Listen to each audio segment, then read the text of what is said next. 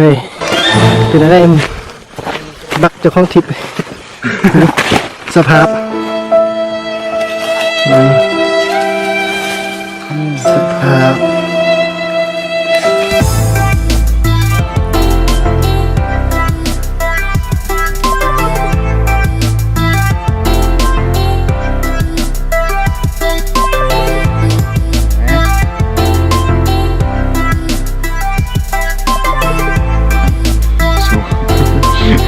เป็นการทาย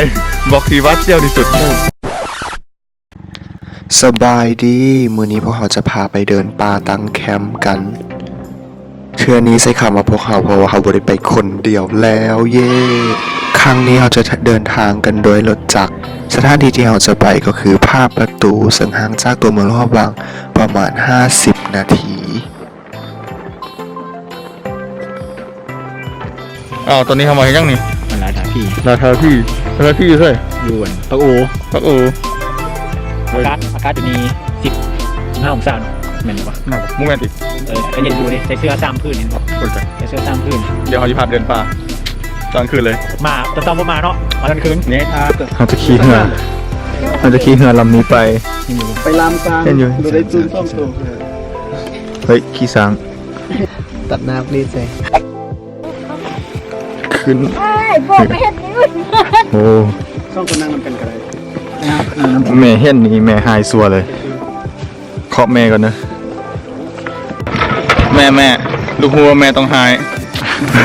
เบิ่งละมวนไปนำกันเด้อ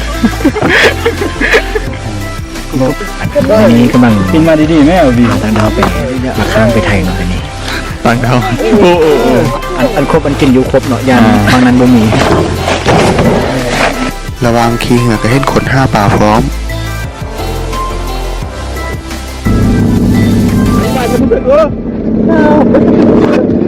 โอเคแน่เอาสิบาสบายที่น้ำฟัดไปใส่วะเดี๋ยวนี้ทำไปใส่ไปหลังน้ำสองข้างประเทศนี่เลยพอแล้วนี่พอแล้วพอแล้วขอถ่ายชิยางขึ้นไปอีกชั่วโมงครึ่งว่าพวกเขาที่ใช้เวลาชั่วโมงครึ่งด้วย3 ชั่วโมงเห็นอยู่ระวังทางไปเนาะนี่เดินป่าที่ยังบอดป่าเถอะยังมีเหินคนอยู่ทั้งนั้นเท่านี้ไม่เห็นคนส่วนการเดินป่าจะมีไกด์นำทางไปจนถึงโฮมสเตย์เลยเนาะไม่บ่จากเสื้อ3 พื้นหรือพื้นเดียวอย่างอีกนี่จักรโลนี่ก่อนนะผ่านไปแล้ว40 นาทียังใน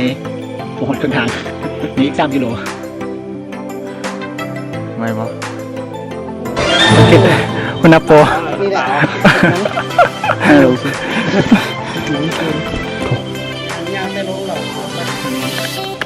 เห็นมันตัวนี้ทุ่งเสบียงหัวโอ้ยอย่าขอบใจเฮ้ยเป็นอะไร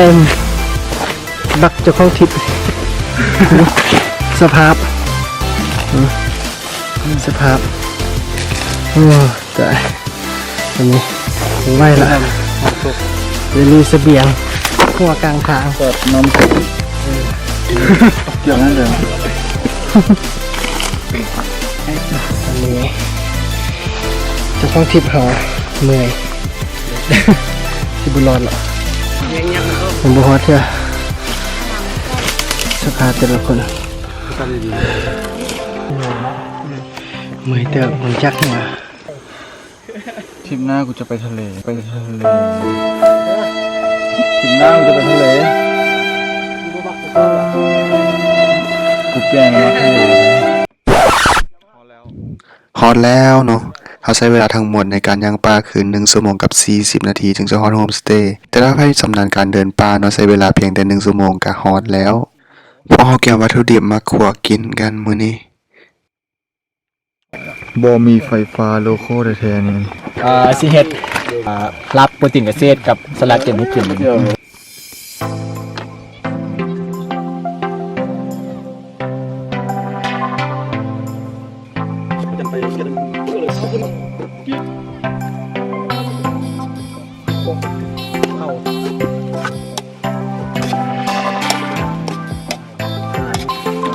นวลเลย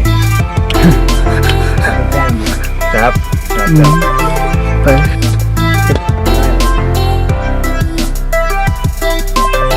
นี่น้ำมันละเอาเด้อ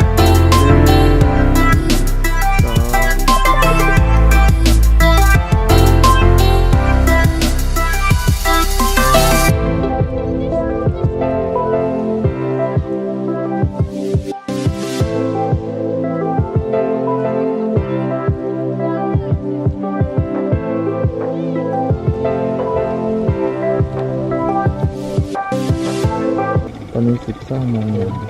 นอนเบิ่งดาวอยู่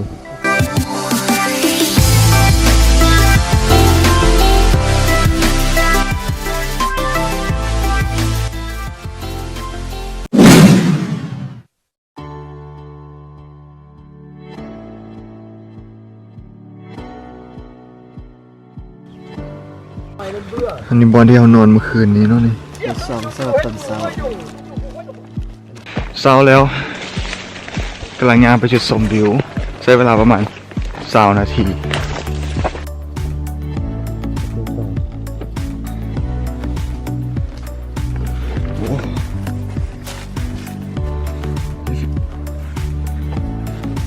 ไปดูโอ้ยวันนี้สบาย สบายที่เป็นลมจ้องเพื่อละ โอ้ปั่นเข้าถ้ำเลยมีหนึ่งสองหินโอ้โห มาที่จับไอ้มา ทางขึ้นไปเบิ่งจุดชมวิวกัจจาไปยากนิดนึง แนะนำให้ใส่เกิบที่มันมั่นใจว่าจะใส่ปีนภูได้เนาะแต่ก็สบายก่อนตอนยางเมื่อคืนนี้ไล่ เอาไหม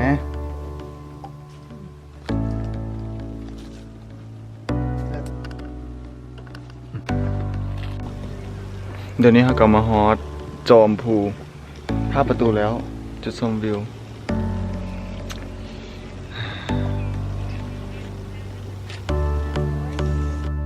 ไกด์พรกำลังเกียมน้ำให้เอาส่งกาแฟ โอ้ยผู้บ่าว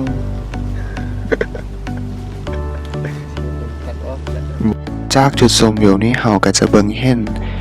วิวปากโอและกาลังทํติง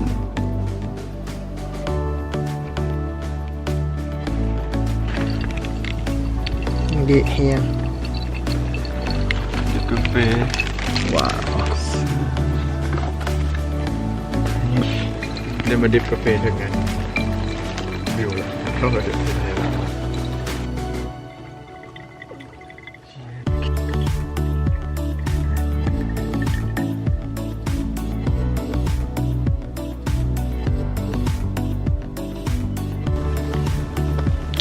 กาแฟจอกไม้ไผ่จอกธรรมศาสตร์ ที่ไทยเป็นจับอะไรกินจับอะไรกิน ไม่ได้วะ แม่ขับบ่ขับบ่ นั่นแหละ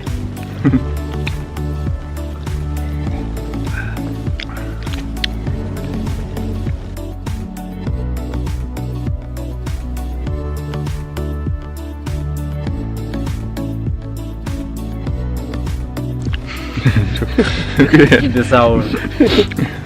เอาแบงค์เครื่องแม่ห้างกับแม่นี่ มันสั่นจะแปะจะปั่นก็จะ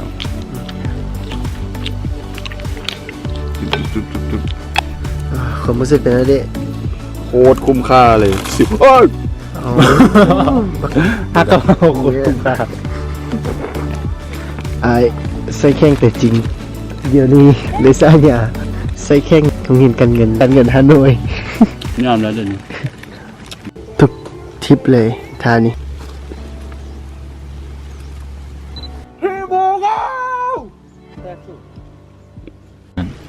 สู้ เป็นการทายบอกทีวัดเซี่ยวที่สุด เสียที่สุดเบิ่งลุมมัน เบิ่งลมพุ่นมึงฆ่าดิมึงเห็นยังมึงเห็นยัง เสี่ยว มึงอย่าเดี๋ยวกูแจ้งเขาไว้ถ้าจุฬาลงไปทางได้ แค่นี้เลย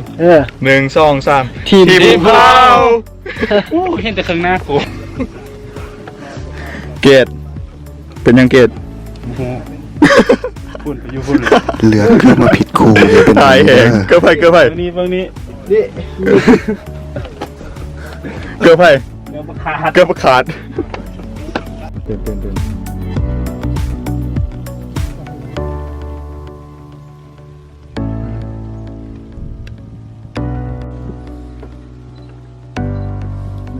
สองทำไมเด้อทางขึ้นดีๆบนนี้เดี๋ยว กำลังกลับจบคลิปแล้วเด้อนอนแข็งไว้ยินดิ การเดินทางครั้งนี้ทั้งจำเมื่อย แต่กาคุ้มหลายเนาะได้รับประสบการณ์หลายอย่าง ได้เห็นวิถีชีวิตสาวบ้าน และการอนุรักษ์ธรรมชาติและที่สำคัญต้องข้อขอบใจทุกๆคนที่ให้การต้อนรับอย่างอบอุ่น หนึ่งสอง โอกาสหน้าจะมายามใหม่เด้อ เอาคือถ่ายบนไดดิ ถ่ายไปแล้ว ฟังวิดีโอว่ะเราบอก ไป ไม่ย่างมาเลย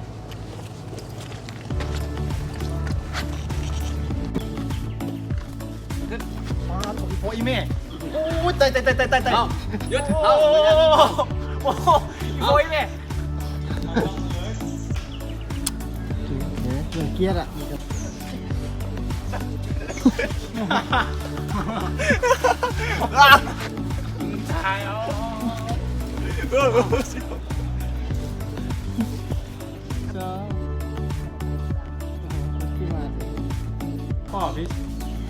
แม่บึ้งหน้ามัน